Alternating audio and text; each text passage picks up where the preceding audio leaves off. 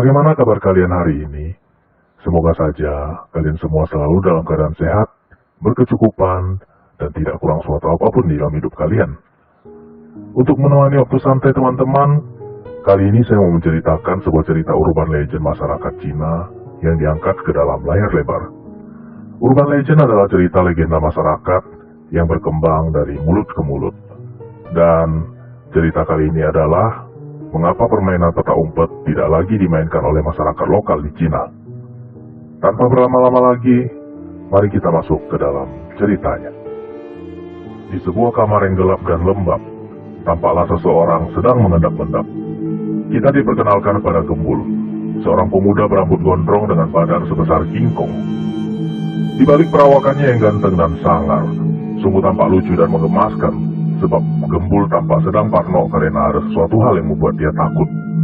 Tidak lama kemudian, ibunya membuka pintu kamar dan lalu mengomelinya, sebab sudah 1 minggu Gembul tidak mau mandi dan hanya bersembunyi di dalam kamarnya.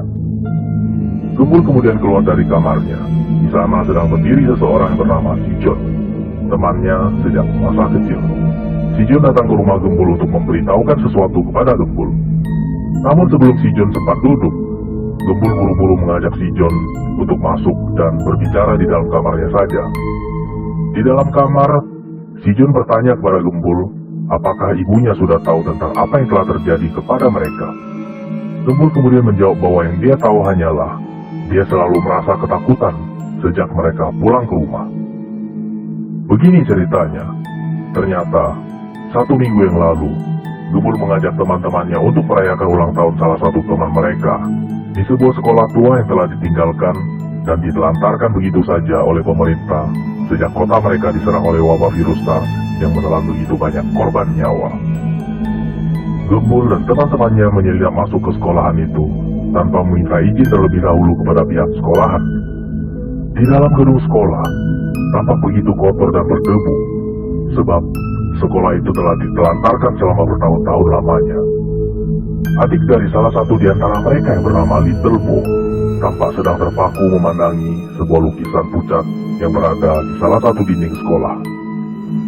Gembul kemudian mendekati Little Bo dan mengatakan kepadanya bahwa itu hanyalah sebuah lukisan di dinding. Little Bo mengatakan pada Gembul bahwa anak-anak di dalam lukisan tersebut tampak sedang memperhatikan mereka.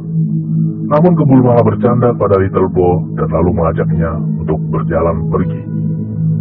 Mereka kemudian menelusuri lorong-lorong gelap dan pengap di dalam gedung sekolah dan mendapati segala atribut sekolah masih lengkap dan tampak sama seperti terakhir kali ditinggalkan. Di ruang guru, mereka menemukan foto-foto yang sedang terpajang di dinding beserta lilin-lilin putih yang telah lama padam, yang tadinya digunakan untuk mengenang para guru dan murid-murid yang meninggal karena wabah virus SARS.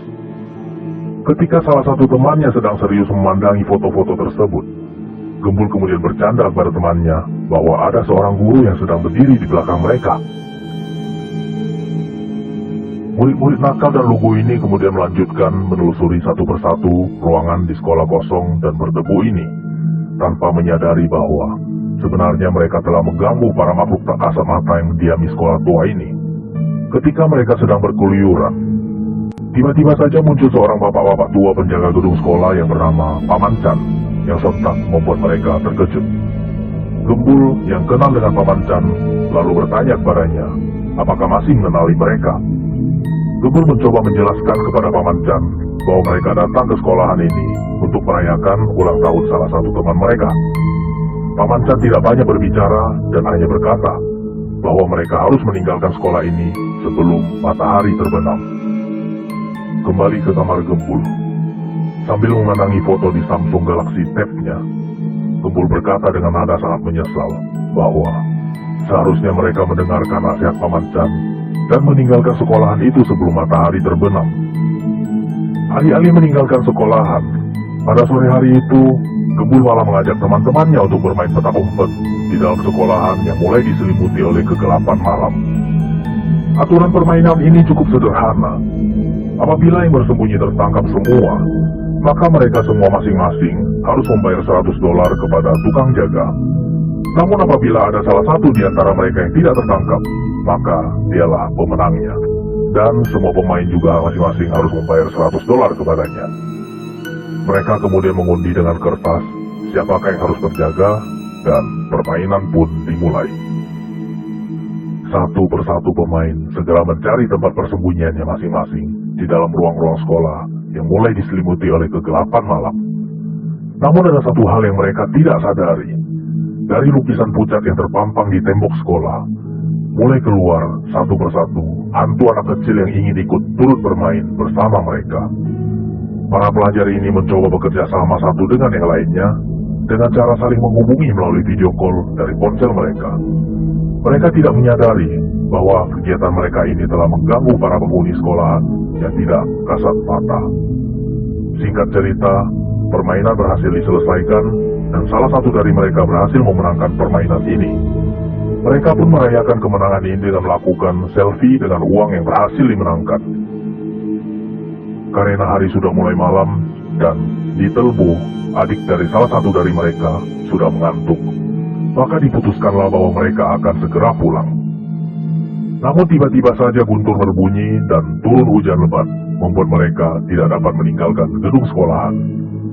Karena tidak bisa pulang, Gembul kemudian berinisiatif mendatangi Paman Chan untuk meminta izin supaya diperbolehkan menginap di sekolahan untuk malam ini. Di ruangan Paman Chan, Gembul melihat banyak sekali jimat-jimat yang ditempel oleh Paman Chan di mana-mana. Mereka kemudian mencoba untuk menyogok Paman Chan dengan sebungkus rokok dan sekaleng bir. Setelah itu, mereka kemudian berjalan pergi sambil saling bertanya satu sama lainnya, mengapa terdapat banyak sekali jimat di dalam kamar Paman Chan. Karena sudah waktunya si bocil untuk bobo malam, Gembul kemudian menyuruh Little Bo untuk tidur di sebuah kursi yang mereka temukan di lorong sekolahan. Setelah itu, mereka kemudian memutuskan untuk kembali bermain petak umpet dan memulai ronde kedua. Salah satu dari mereka mencoba untuk bersembunyi di dalam kamar Paman Chan. Namun sialnya, mereka tidak menyadari bahwa Paman Chan ternyata sudah terbaring, tergeletak dan tidak bernyawa. Alih-alih merasa takut dan ngeri, mereka malah mencoba untuk saling menakuti satu sama lainnya. Tanpa mereka sadari, sebenarnya mereka sudah dikelilingi oleh para hantu menunggu gedung sekolahan. Pada saat Butet dan Si Jun sedang mencari tempat persembunyian, mereka menemukan sebuah bola yang sedang tergeletak di lantai. Si Jun kemudian menendang bola itu hingga melambung keluar dari jendela dan lalu jatuh di teras halaman sekolah. Karena melihat tidak ada tempat untuk mereka bersembunyi, mereka kemudian berjalan pergi. Namun, tidak lama kemudian, seorang anak kecil berjalan masuk ke dalam ruangan tadi untuk mencari bolanya yang hilang. Sementara itu di sebuah ruangan yang gelap dan sempit, si Gembul sedang mencoba untuk bersembunyi. Ketika dia sedang mencoba untuk berkonsentrasi dalam menyembunyikan bodinya sebesar kingkong, tiba-tiba saja seseorang berjalan menghampirinya. Karena menyadari bahwa bodinya makan banyak tempat untuk disembunyikan, Gembul kemudian menyuruh orang itu untuk bersembunyi di tempat lain. Namun orang itu justru ikut jongkok di samping Gembul dan lalu membisikkan ke telinganya bahwa ia juga ingin ikut bermain. Gembul menoleh ke belakang dan lalu terkejut bukan main ketika melihat bahwa orang itu ternyata bukan temannya, melainkan sesosok mama muda cantik yang baru saja bangun tidur tanpa riasan make up di wajahnya. Gembul kemudian berlari meninggalkan tempat persembunyiannya sambil ketakutan dan berteriak, Oh, ada ibu-ibu guys. Sementara itu di ruangan lain, Si Jun dan teman-temannya yang belum tertangkap mulai merasakan keanehan menyelimuti mereka seiring malam yang kini semakin larut dan gelap. Kini semua hantu penunggu gedung sekolah sudah terbangun dan berkumpul di ruangan tempat di mana Little Bo sedang tertidur. Tidak lama kemudian, Gembul dan teman-temannya segera menyadari bahwa Little Bo telah menghilang. Mereka lalu berpencar untuk mencari Little Bo di seluruh penjuru gedung sekolah. Namun sialnya, satu persatu dari mereka justru menemukan hantu anak kecil penunggu gedung sekolah. Kembali ke kamar Gembul yang gelap dan lembab. Tiba-tiba saja Gembul menyadari satu hal setelah mengingat kembali kejadian-kejadian yang mereka alami di sekolahan 1 minggu yang lalu. Perlahan-lahan Gembul menoleh ke arah si John yang sedang berdiri samping tempat tidurnya.